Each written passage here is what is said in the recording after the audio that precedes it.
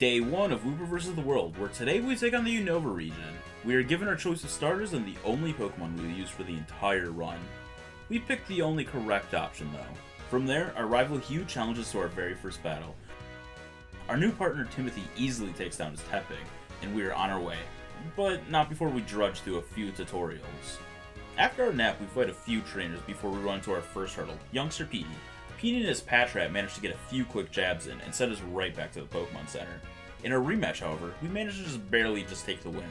Soon after, we meet up with Hugh again, and although he's done more training than us, we managed to win once again.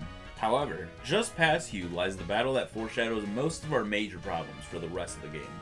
Last Molly has two Pokemon, a Purloin that doesn't serve too much trouble, and a Sewaddle. Besides Wooper's less than forgiving base stats, it also has a major weakness to grass types, and although Sewaddle thankfully doesn't have any grass moves, it happens to get a lucky critical hit and takes us out. Grass types are a major problem for us, as we only have one move to attack currently, Water Gun, which is not very effective. After a loss, we rematch and get lucky with Sewaddle using String Shot 6 times, allowing us to get some much needed damage in.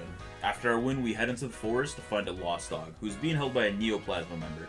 They hand the herdier back over to us and we set off for the first gym. There, we face off against youngster Pedro, who quickly defeats us, and it's clear that if we want to win this fight, we're going to need a new move. Slam's a base 80 power normal physical move, and we get that at level 15. Wooper's going to heavily rely on physical moves throughout this run due to her low special attack stat and adamant nature.